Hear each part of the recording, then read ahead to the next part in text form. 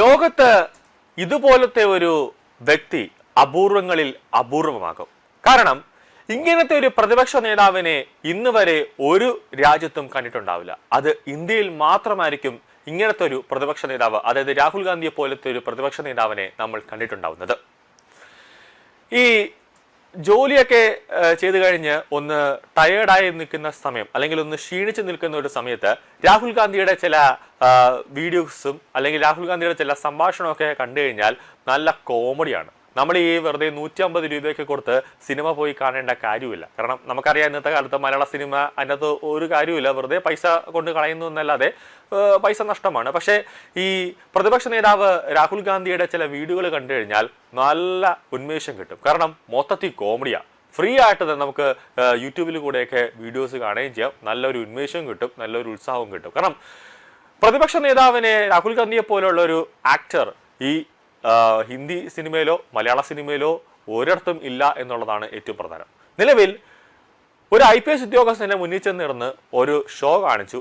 തിരിച്ച് ആ IPS ഉദ്യോഗസ്ഥൻ വലിച്ചു കീറി പൊതുമധ്യത്തിലിട്ട് പടി കൊടുത്ത് അടി വാങ്ങിച്ചു എന്നുള്ളതാണ് ഏറ്റവും പ്രധാനം. പറഞ്ഞു വരുന്നത്, ഇപ്പോൾ ആ ഒരു സംഭാഷണം ഇപ്പോൾ സമൂഹ മാധ്യമങ്ങളിൽ വളരെ ട്രെൻഡായി നിൽക്കുകയാണ്. രാഹുൽ ഗാന്ധി ഒരു IPS ഉദ്യോഗസ്ഥനോട് തനിക്ക് മുന്നിൽ അമിതമായി ആറ്റിറ്റ്യൂഡ് കാണിക്കരുതെന്ന് പറഞ്ഞപ്പോൾ അദ്ദേഹം കൊടുത്ത മാസ് മറുപടി കേട്ട് രാഹുൽ ഗാന്ധി കണ്ടമഴി ഓടി. രാഹുൽ ഗാന്ധി പറഞ്ഞത് ഇങ്ങനെയാണ്: എൻ്റെ മുന്നിൽ ആറ്റിറ്റ്യൂഡ് കാണിക്കരുത്, ഞാൻ ആരാണെന്ന് അറിയില്ലേ എന്നാണ് രാഹുൽ ഗാന്ധി ആ IPS ഉദ്യോഗസ്ഥനോട് ചോദിച്ചത്.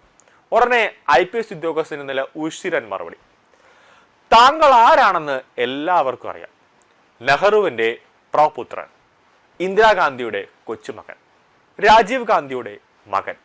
എന്നാൽ അവരില്ലായിരുന്നുവെങ്കിൽ താങ്കൾ ഒന്നുമല്ല. ഞാൻ ആരുടെയും കുടുംബ പാരമ്പര്യത്തിന്റെ പേരിലല്ല, സ്വന്തം കഴിവ് കൊണ്ടാണ് IPS നേടിയത് എന്നൊരൊറ്റ വാക്ക് രാഹുൽ ഗാന്ധി അവിടെ ഡും എന്ന ഒരു രീതിയാണ് ഉണ്ടായത്. അതായത് ജനങ്ങളുടെ വോട്ട് കൊണ്ടൊന്നുമല്ല നിങ്ങൾ MP ആയത് മിസ്റ്റർ. ഇന്ദിരാഗാന്ധിയുടെയും രാജീവ് ഗാന്ധിയുടെയും നെഹ്റുവിൻ്റെയൊക്കെ ഉള്ള ഒരു ചെറിയൊരു അനുകമ്പ അല്ലെങ്കിൽ ഒരു സ്നേഹം, ഒരു ദയ, അതുകൊണ്ടാണ് താങ്കൾ ഇന്ന് MP ആയിട്ട് ലോകസഭയിൽ ഇരിക്കുന്നതെന്നാണ് ആ IPS ഉദ്യോഗസ്ഥൻ രാഹുൽ ഗാന്ധിയുടെ മുഖത്ത് നോക്കി പറഞ്ഞത്. ഇതിനുശേഷം ആ IPS ഉദ്യോഗസ്ഥനോട് രാഹുൽ ഗാന്ധി ഒരു വാക്ക് പോലും സംസാരിച്ചില്ല എന്നുള്ളതാണ് പുറത്തു വരുന്ന വിവരങ്ങൾ. ഇനി സംസാരിച്ചാൽ പിറ്റേ ദിവസം MP സ്ഥാനം രാജിവെക്കുന്നു എന്ന് പറഞ്ഞുകൊണ്ട് ഒരു കത്ത് രാഹുൽ ഗാന്ധിക്ക് നൽകേണ്ടി വരും. പിന്നെ പ്രതിപക്ഷ സ്ഥാനവും ഒഴിയേണ്ടി വരും. പിന്നെ ശിഷ്ടകാലം പെട്ടിയും കിടക്കയെടുത്തുകൊണ്ട് ഇന്ത്യയിൽ നിന്നും നേരെ വല്ല പട്ടായയിലോ അല്ലെങ്കിൽ ഇറ്റലിയിലോ പോയി താമസിക്കേണ്ടി വരും.